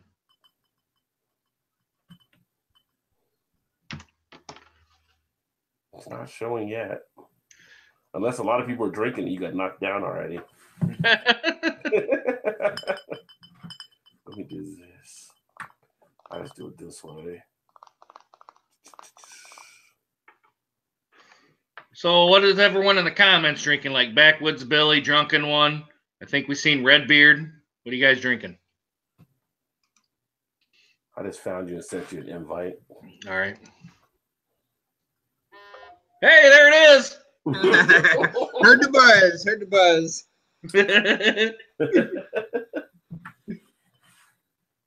Is it sad that we're all on our cell phones while we're doing a live chat? It's becoming like kind of a thing now. Like people are everywhere doing cell phones. It's hilarious.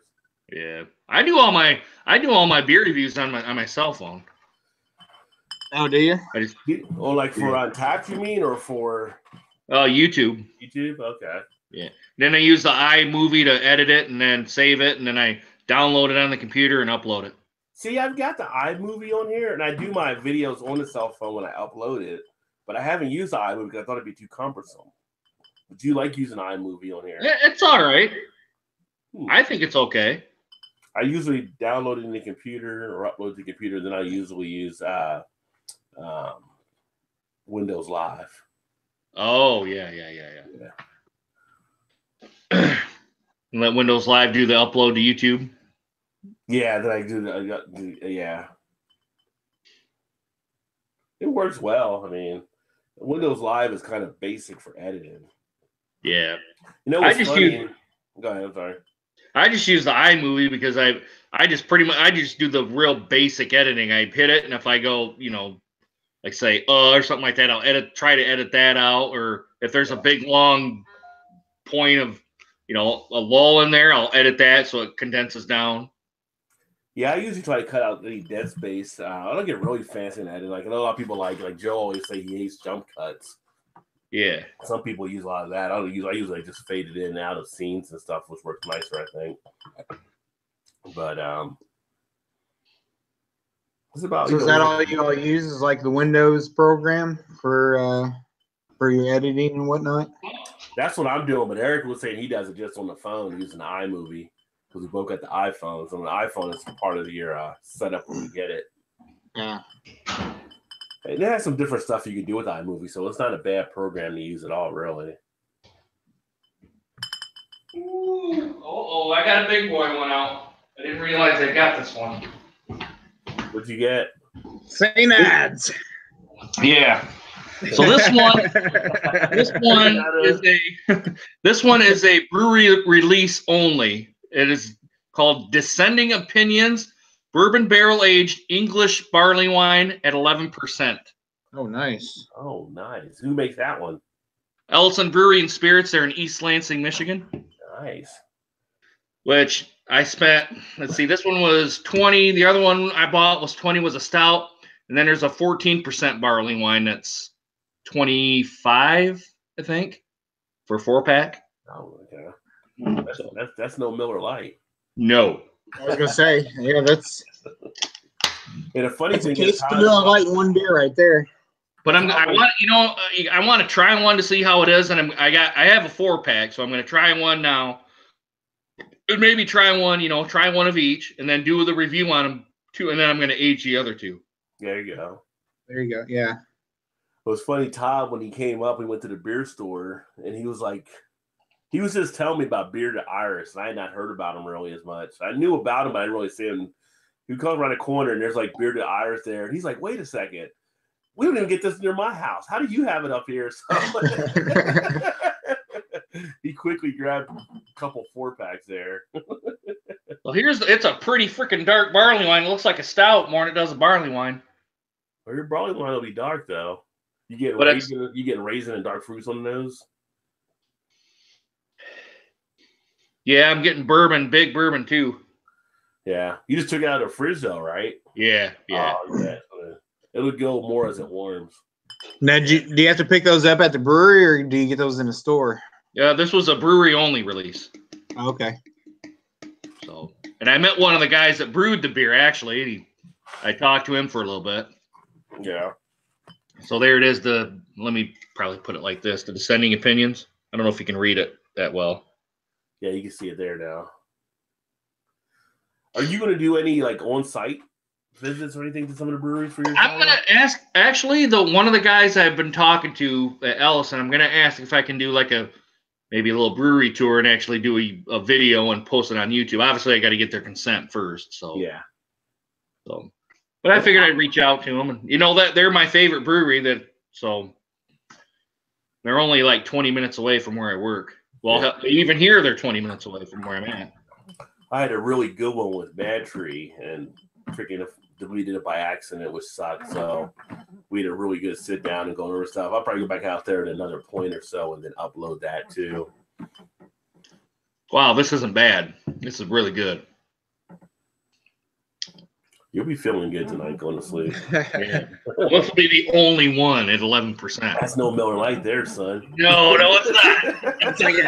That's like a 6 or a Miller Lights, maybe or more. Yeah. Sweet, very sweet. I'm surprised how sweet it is. What was the 4-pack of those? $20. Yeah, 11%. That's not really that bad, though, really. There's one, it's a 14 that was 25. 14%? Yeah. Yeah. Yeah, I mean, that's not really that terrible. I mean, it's a little high, but it's not terrible, though. Yeah. Did you go to, Tom, you went home, did you try the 66 Pearl yet at all? I haven't yet, no. Yeah. So I got that in the fridge. I haven't tried. I'll probably crack that this weekend, actually. So one of the ones I gave Todd to take back was the 66 Pearl from Braxton. That was like 15.8% or something. Woo! Like a Belgian barrel aged something. Golden ale, I think. Yeah, I wanna try that one for sure. Yeah, so that could be a pretty decent one. But yeah, so we talked about Flying Dog. We talked a little Miller Lite. Todd's first time at Beer Fest with me. We can try to do something. We can try to plan something later this year. Everybody all get together. Somewhere. Yeah, we need to figure out like what's a good like center meeting point distant wise for everybody. Yeah. And just like meet up and hang out for a weekend or something. Yeah, that would be pretty cool. And just do like a big bottle share. It was funny, like if we were all like in this area or something, just like go to like Gatlinburg and get like a big cabin or something. It's like everybody bringing bottles of beer and we do like a bottle share weekend or something. Yeah, that's not that far from me. Well, it probably isn't from you either, though. Eric and Joe, you're kind of screwed on that deal. Actually, Eric's probably got cabins up near where his area is, up in Michigan. Oh, yeah. We get up north, like Gaylord, Holton Lake, Baldwin. Yeah. All those places up there. Everybody bringing bottles from their areas, and we just put them all on the table. And get happy. Get happy. Get happy. Yeah, there you go. Nothing wrong with that. Yeah. I have to find out, though, because I think we're going to plan, like, do our anniversary trip sometime this year, so we might be going out to Vegas or something for that. That'd be pretty nice. That would be neat. Yeah. When's your all's anniversary? It's like in April, but it'll probably be like May or June or something. Yeah. That's where we actually got married at, was in Vegas. Oh, okay. I like Vegas. Vegas is a fun city. That's the one and only time I've actually been there. We may go back this year though. It's our this year will be our 15th year anniversary, so we might head back out that way. Who knows? Congratulations, Dad. Yeah. Thank you. I got the big old goose egg going on here. 0. Nothing wrong with that either. Nothing wrong with that at all. It's like, was it in Goodfellas? Joe Pesci and his mom? Like, why did you find a good lady to settle down with? Mom, you settle down every night. You gotta get up and go home.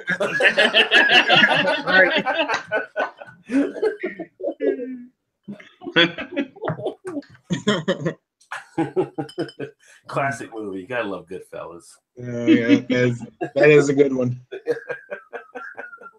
So many different lines, so many different scenes. But no, that would be something to try to kind of do. I know we talked about that before in the past, and I had to do the anniversary trip before another trip, though. She's like, "You ain't going nowhere till we go on anniversary, probably." So we talked about going overseas, but we still may try to do that. Go over to UK or something. That plane ride. Was it 8 hours or something? Where was the 8 hour part at? Was that like? That was from Amsterdam, or that night. I had a 9-hour flight from Amsterdam back to Detroit. Okay, so that was like, wow, yeah. But going to Amsterdam was like 6.5 hours because you had the jet stream pushing you. Right. So Eric, did you get into all kinds of trouble at the red light district or what? No, we didn't. We only changed planes there. We only changed planes. Eric, how much time do I have? How much time? How much time do I have, guys?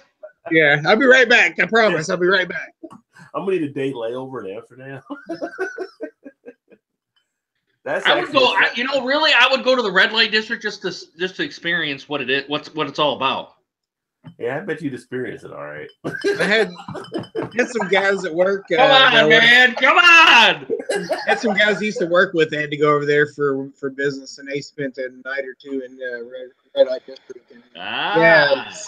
There was some stories going on there for sure. Pretty much no holds barred. Whatever you can. They went to the smoke shops too, did they?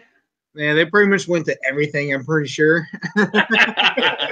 It's like sleeping is a second option if you're in Amsterdam. Exactly. Yeah. Sleep all the time you want when you're back in America. It's yeah, plenty of time for that rest of your life. Over there, is it still illegal? Because it's not legal. It's legal where you're at. So is it illegal to actually enjoy it? No. They're pretty liberal over there. They pretty much anything goes. Yeah.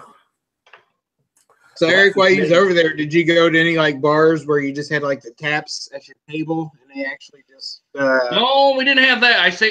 A lot of the pubs that we went to in England had the cask where they pump the beer out from the basement, and a cask beer where it's pretty flat. And because I always heard like a lot of places over there have like where you sit at the table and every table has a tap and they just charge you on what you pour. I haven't seen that. Yeah, I didn't experience that. Yeah, one of my buddies from Germany that lives here, his family's from Germany. He actually was born here, but he's went back and forth over there. There's some places around there where they flip your thing over, like your coaster, and if you don't have it flipped over right, they just fill your glass automatically. Whether you want it or not, huh? Yeah, it's like he would turn around, his glass be full again. He's like, shit, I gotta drink another beer. Yeah. So they're looking for guys that go to the restroom and be like, is he empty and he's gone to the restroom? We're just going to give him another pour just because. Well, have you guys been to any of the Brazilian steakhouses here in the States? No. So we got some of those here. We got one here like in downtown Cincinnati, and I went to the one in Florida. I've been to the one here too, but like it's like this. So you have a card and you put it there. But they come around with 27 different skewers of meat like during the course of the night. So if you're not watching it, they see your card is up, they just start cutting the meat to put on your plate. So you have to flip it over to let them know what kind of meat you want. But it comes like with all kinds of different cuts of beef, chicken, fish, all different type of stuff. And they get you early on with some of the lower cut stuff. Like you'll come around with this stuff, and if by the time your stuff will come out with filet mignon and all that, so you have to actually know how to actually work it to get to the good stuff. But like, what is that, spam? How do you give me spam at a Brazilian steakhouse? Well, they usually have some good food, and they have Billy ducked out. Say, good night, Billy. I don't know if you left yet or not. Just saw your message there. Yep. Take it easy, Billy. And yeah, cheers. But I mean, it fills you up, and they used to have like a big extravagant like salad bar, and they're like, "Don't eat the salad because you eat too much of the salad, you get stuffed and everything." Like people prepared, like people won't eat like during the course of the day to try to prepare themselves to go to this place here. But if you ever get a chance to go to a Brazilian steakhouse, usually some pretty good stuff. Get some nice tenderloin and things like that. We have one like a Japanese steakhouse with the hibachi grill. Yeah. Oh yeah, that's my kind of place. We went to one. We had a place up here called Jillian's back in the day that was a bar and a hibachi grill place. Oh yeah. You've been there, I guess so. Yeah. Yep. We went there. It's closed now, though, right? Yeah, there's nothing there. Now.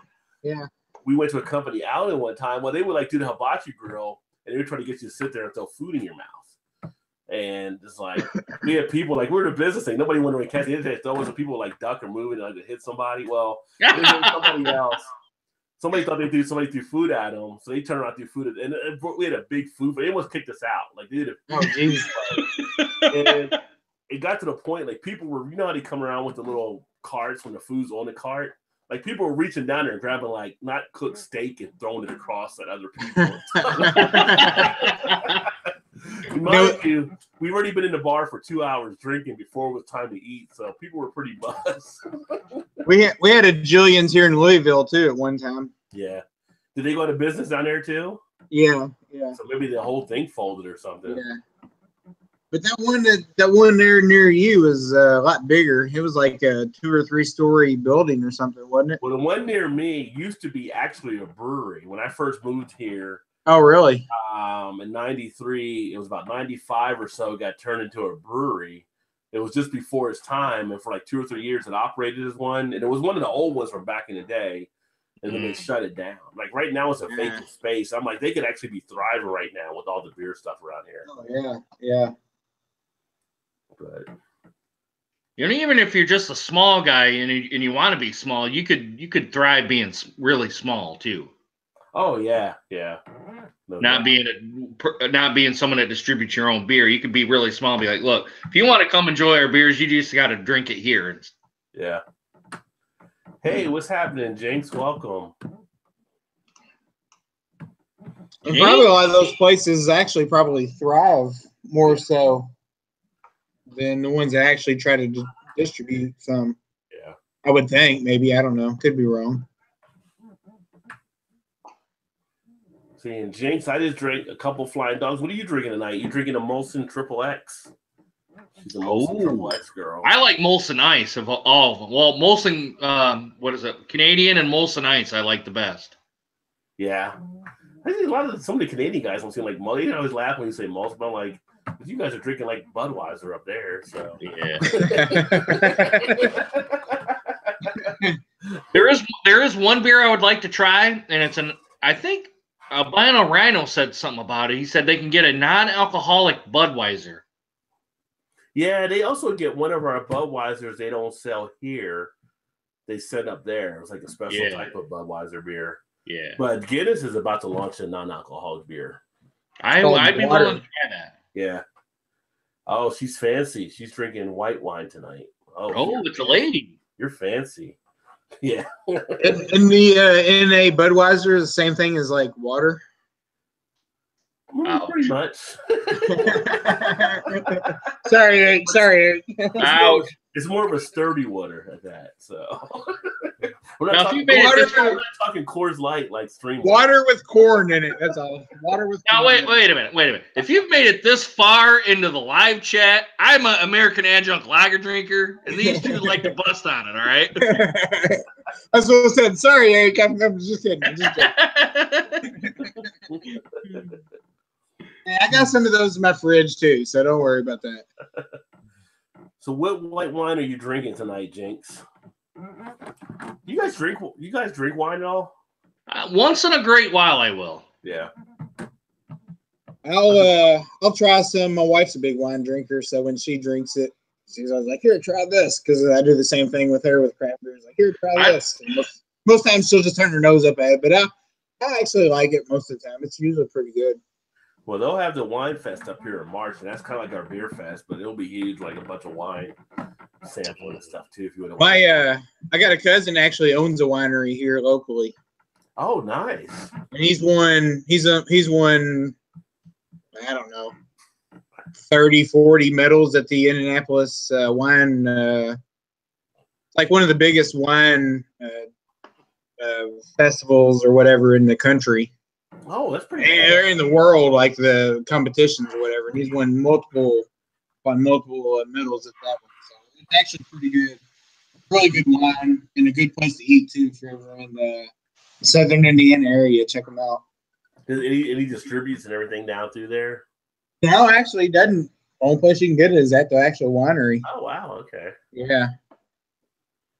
Well, It's pretty cool. So if you ever come down and you want to check out some wine, Rod, I'll take you there. And if your wife is with you, because I know you said she kind of like she drinks wine, so that wouldn't be bad at all. We'll make a trip there. You like a dry white wine? Yeah. Well, Jinx is drinking a Sauvignon Blanc, and that might be a little bit. I'm not up on my wine, so I don't know what's a dry and what's not. But reds are. I don't care for red.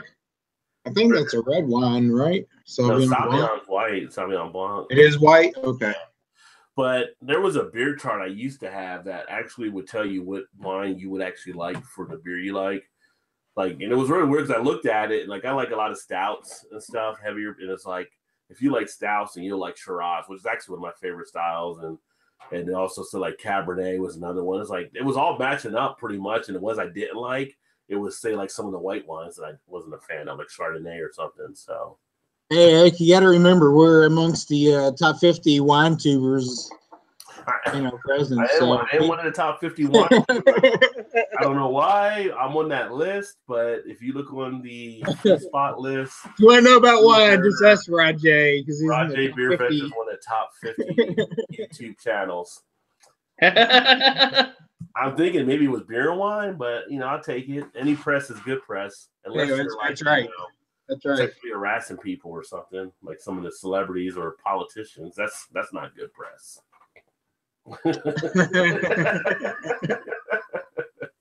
But somehow I got on that list. I have no idea how I got on there, but I thought about drinking some wine once. And I've had a couple of the guys that have liked some of the bourbon reviews I've done, so I might start adding that to the channel. That seems interesting. I only did a couple of the Jim Beam ones. I did the vanilla, which some people liked, and the other one was the Devil's Cut. So, I can maybe mess around, do some stuff there. The only thing is, it's BeerVentures, so people expect beer. So we can throw a wine review in there every once in a while. To dress up and wear a tie, some people do.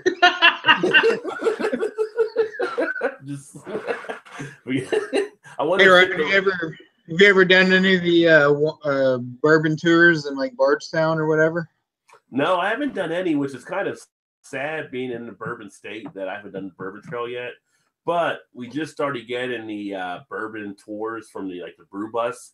They started doing the bourbon bus now. So basically, we may go on a couple of those and take some of those rides around to the different distilleries and stuff. But don't feel bad, I haven't either.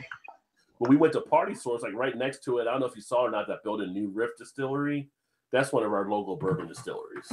Oh, okay. So that was right there by one of the stores there too. But we have so many around, and we actually have the largest bourbon bar in the world is here in Kentucky, in Newport, Kentucky. So 15, 20 minutes from my house, the most bourbons you can get under roof of any place. It used to be in Tokyo, which was weird because I always thought it would be in Kentucky, but Tokyo used to have the biggest.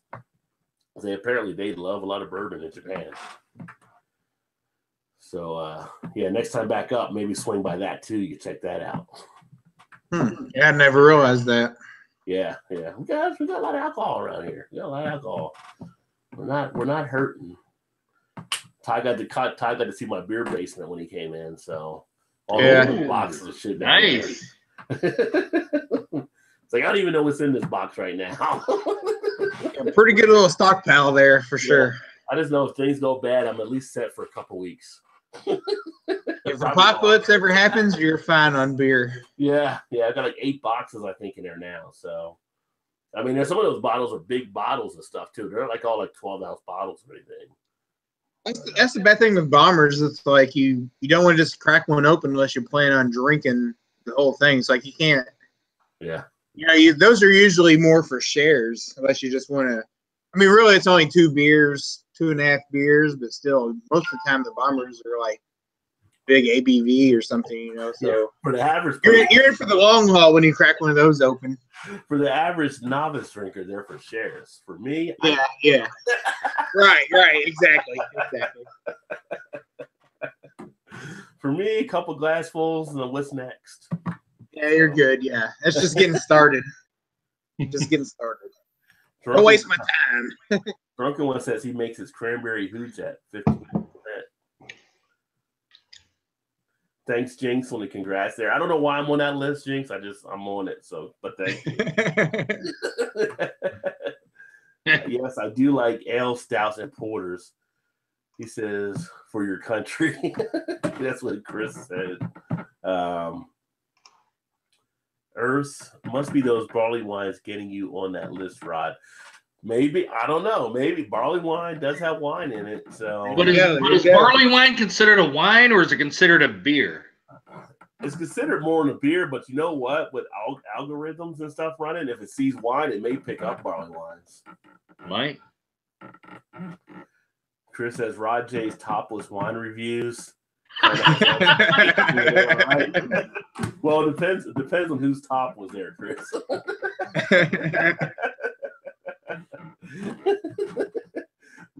I'm not even read Red Beer's comment to follow up on that one.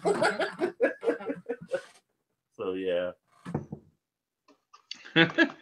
Yeah, barley wine is a good little thing there too. It's kind of that almost too strong for beer, but then not really wine, but it's at the higher ABV level. It's kind of like cut in the middle. But you look at some of our beers now, you take like the Molotov Heavy, that's 18%. You know, it's still considered like a triple IPA, I think, or something they call it now. So, but that's stronger than a lot of your wines. I was saying most of the wines, usually those fall in what, like the 12 to 14%. Yeah. So, I mean, I don't know. We can go up to 25, I think, in Kentucky and Ohio. So it'll be interesting. On beer or on wine? Would you say? On beer? You go up to 25% on beer? Yeah, on ABV, yeah. Well, Ohio used to only be, what, 12 until recently? 12, like in Ohio. They went to 25 last year. Yeah, so. I would say just recently they just changed. Yeah. And so that's what it's going to be interesting. It sounds like with Brewdog coming here, because they like to brew big beers, will be interesting to see what they try to come up with. I think it was Brewdog over in, I think there was a brew pub in England, I think is where it was. Well, they're from there, so it probably was. Harry brought me over there from Harry's Blue Nose Beer Reviews. Yeah, how was it hanging out with Harry and everything? Oh, he was a cool cat. Yeah. Yeah. Did he have like anything he brewed he had you try or anything like that? No. I told him, I said, if I come over next time, you better be taking me to your brewery. Yeah. Yeah, he's loading up the cars and delivering beers over there, I know now, too. So. Yeah. I see he's got all those barrels going. Yeah. Nice. Yeah. He's doing all right. I think hopefully I don't know if he's trying to get his own brewery or anything going, but hopefully if that's his goal, he achieves. I mean, he's definitely into the beer. It's cool to check out some of his stuff that he's doing too. Now he said I asked him over there, I said, can you brew spirits while you're brewing beer? He said, no, you have to keep them separate. Like here, well, at least in Michigan, you can brew them together or do it together. In the same building with spirits and beer? Really? Yeah. I think beer's separate too. I was thinking, I don't know anybody that does them that way. I mean, because even the distilleries that own breweries, like New Riff used to own 8 Ball, and they had to be brewed in separate spots. They couldn't be the same location. So maybe I'm thinking it's that way in Indiana also, I believe. They got to be separate, Todd? I think so. Yeah, here you can brew them. Well, I think they have to be separated by a wall, but you can have it in the same building. Oh, maybe that's it then. Yeah. Just not like necessarily in the same room. Yeah. So if the yeast gets out of control, it doesn't infect the spirit or whatever. Because I know they make the one I'm at, like this one here that I'm drinking. They make a beer and then they make a gin, a vodka, and something else, I think. That's pretty interesting. So I wonder if they do any of their beers and like the gin or vodka, like barrels or whatever. I think they do. They may make a bourbon because this has got big bourbon flavors, but it's good as it warms up. Like you said, Brad, as it warms up, it's getting better. Yeah, that's what I say. You don't want to have that really cold. You want to get that about 50, 55, and I really let the flavors and everything come out of it. You just sit back and enjoy it. But you know me, I got to have it cold first and then have it warm later. I know, I'm trying to break you that habit. I kind of like doing that too because I like to see where it starts out cold and then see where it ends up and see how the flavors kind of gel and meld and come together. When Eric had the CBS, like, do not drink that cold. You're going to be kicking yourself. And so that one, I don't think you did cold when you tried it. You actually went ahead and started it with a little bit warmed up. Now that to me, the CBS tasted a lot like the KBS, but in a maple and a bourbon barrel. This is a little more smoother, probably. Yeah, it did, but it tastes a lot like the KBS to me. Yeah. That was such a big bottle. You probably could drink one cold and then drink one as it warmed up. That's a heavy beer because you're too big. Right? Yeah, but hey, that's not saying it's a bad idea. I'm just saying. Just don't make any plans for the rest of the night. Have you had the Boss Tweed, Todd? Yes, that was good. That was really good. What about the M43? Did you have that one? Yeah, both of those were excellent. Those were excellent beers. I'm so confused on who sent what. Like, if you sent, I still got a couple there from what Joe sent, and then what Todd sent. And it's kind of like, who's doing? And then I'm thinking, which ones I got to drink out here first that were already in here before these other ones. So it's like, geez. Eric, I was meaning to send your box out today, and I went off and left it at home today. So I'm gonna wait till at least Monday or Tuesday to send it out. Today, whenever you get to it, Todd, it doesn't matter. Whenever you get I got it. I just gotta box it up and get it out to you. It's all good. So I meant to get it out today so you'd have it tomorrow, but I didn't want to send it out tomorrow and then sit in the terminal somewhere. Hell, just send it ground, man. It'll be here in like 2 or 3 days. Oh, I will. I'll send it ground. It'll actually probably be there like next day, actually. Probably. 2 days at the most, so. I didn't want to send it out tomorrow and then let it sit in the terminal over the weekend, so I'll wait till like Monday. Might be better to be sent it Monday, yeah. Yeah, I'll wait till Monday and send it out, so. And then Chris asked where Joe is, and Joe is on a writer's strike right now, so he didn't want to come in and do copy now. He actually has some stuff going on, so he couldn't make it tonight, but he'll be back next week. Most likely. He's on a contract negotiation holdout. He's so close to launching his new channel, he's trying to renegotiate right now. Don't worry, we'll pull him back just like Josh McDaniel to the Patriots, you know? Oh, yeah. Actually, I'm glad that didn't happen. I didn't want that son-bitch anyway. But what a turncoat thing to do. Like, he's about ready to come. He and the assistant coaches all signed their paperwork. And he's like, okay, I saw, did you see his agent dropped him for that reason? That was a dick move, man. A dick move. He's a Patriot coach. What do you expect? I got a feeling that they told him he would be the next head coach there if he stayed. Yeah. Because Belichick's probably out in the next year or so anyway.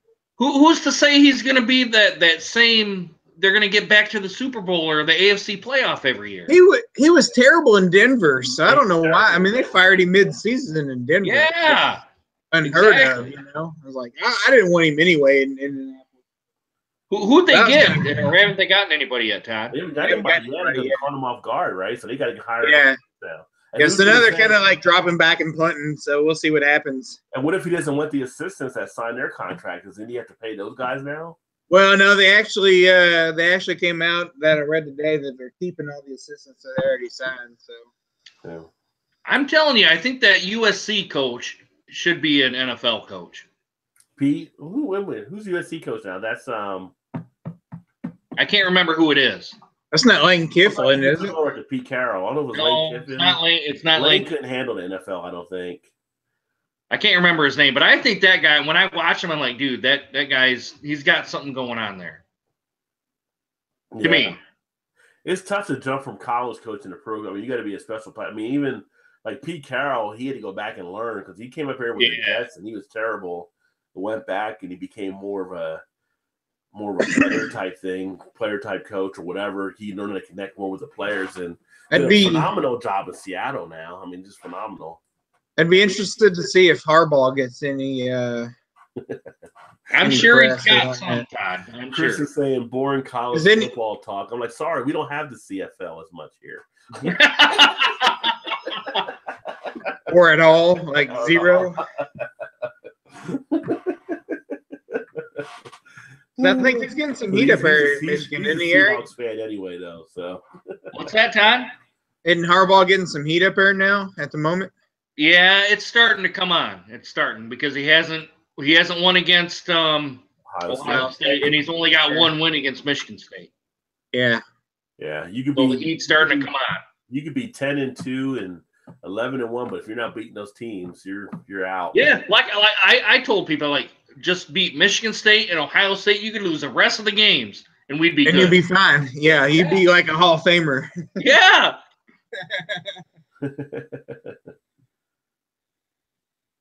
And then Earth is trying to find out. Chris has one of those wave physics, and Chris is on the 10th that I'm talking about. So Earth is trying to figure out if you can put a long enough tube in there to have work with the growler. This is an interesting concept. But there are growler ones like the physics that have like their own tap pours now too. But they're like, I think they're like 129 or 159 to get. So I actually looked at one earlier this year thinking about if I wanted to get one or not. But as far as everything else, I mean, we've talked a lot of beer stuff tonight, so we could probably wrap it and talk afterwards or something. Have some OT? Have some OT maybe. And just lay back and chill. I don't know where Todd just disappeared. But I'm back. Go put I want to go get a game of Fortnite in real quick. Yeah. But appreciate everybody that checked out the show. And then next week, like I said, we might have Joe. Todd might be out tomorrow, or next week might be or might not be here. I'm not sure. So Todd let us know. But do we know what beer we're going to do next week or no? Not yet, I don't. But apparently, we all talk so we know what everybody can get. I really did. I looked all over the place. I could not find it. That's why I was thinking we were okay with flying dog. It might be like a layup, something like Ballast Point or something very easy that we know we can get because AB and Beth makes it easy. So for us, not AB and Beth. Sorry about that. Constellation Brands makes it easy to be able to be found. Then the other crafty brewer. Do we ever do Goose Island? Mm-hmm. Nope, not yet. No, I don't think we don't get Goose Island, Todd.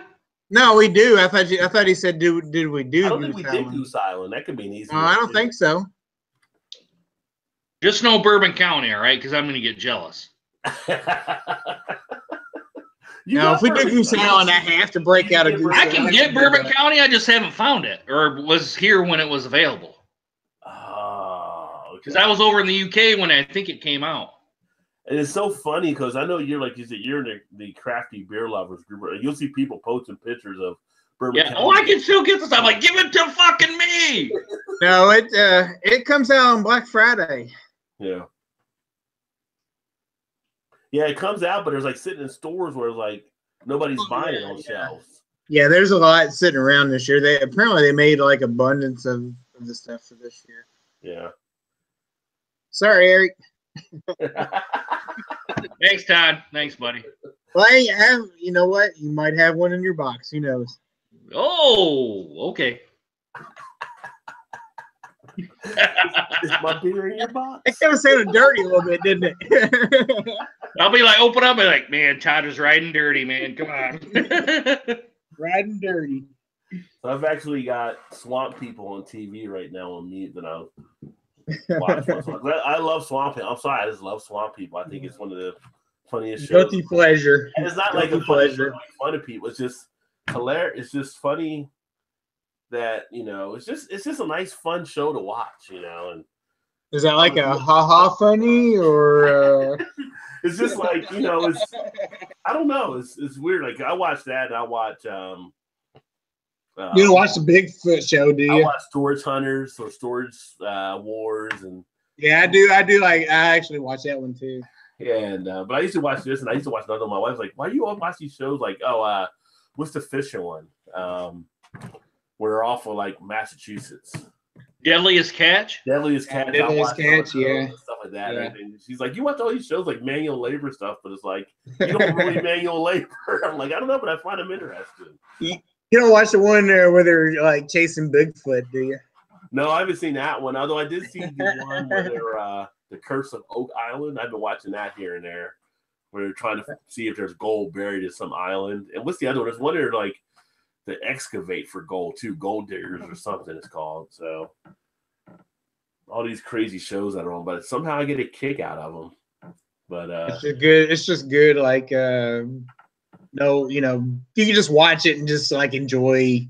Yeah, he doesn't really think about it much. You're watching them. And I think I like watching them because I like the accents and stuff from Louisiana. But then when they also do the subtitles, like the subtitles aren't the regular words either. Like they put subtitles to match the words being said. So I get a kick out of it. But anyway, they're just guessing too. They don't know what they're actually saying. They're just put up something that makes sense. Well, like Troy says, shoot them, and they'll spell it CHOOT.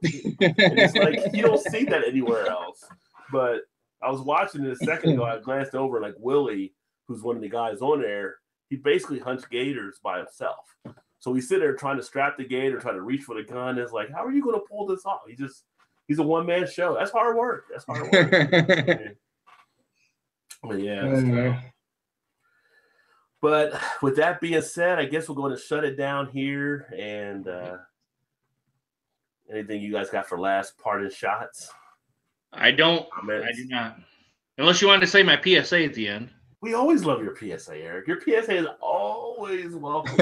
Yes, yeah, baby. You care about the people. I think people hang out to the end just to get the PSA because they love it. Well, I'm gonna defer to Todd first to see if he has anything to say. No, I'm waiting for your PSA. Oh yeah. And guys, if you had too much to drink, please get a designated driver. We all want to see you back here next time. Just ask a buddy to drive you home, because if you don't, you're going to get pulled over by the cops. You're going to do this stupid-ass sobriety test. Then you're going to get right on a cop car to jail, court fees, and then possible prison time. And if you hit or kill somebody, you're going to be in the slammer for a while. And if you kill yourself, all you've done is hurt your family and friends, all right? Just sleep off your buzz, get your car the next day. And that's the PSA delivered from Eric's Beer Reviews. There you go. Eric and Lions fan if you're into sports. One of the two. Yours truly. That'll be said. Thanks for everybody that hung out there and watched us talk about this stuff. And I don't know. I'll see what these guys are up to. Maybe we'll come back for a short overtime or something. All righty. I know some people are asking to come on, so we'll see. We might be back here in a minute. As they used to say on the Love Connection and Chuck Lorre. Might be back.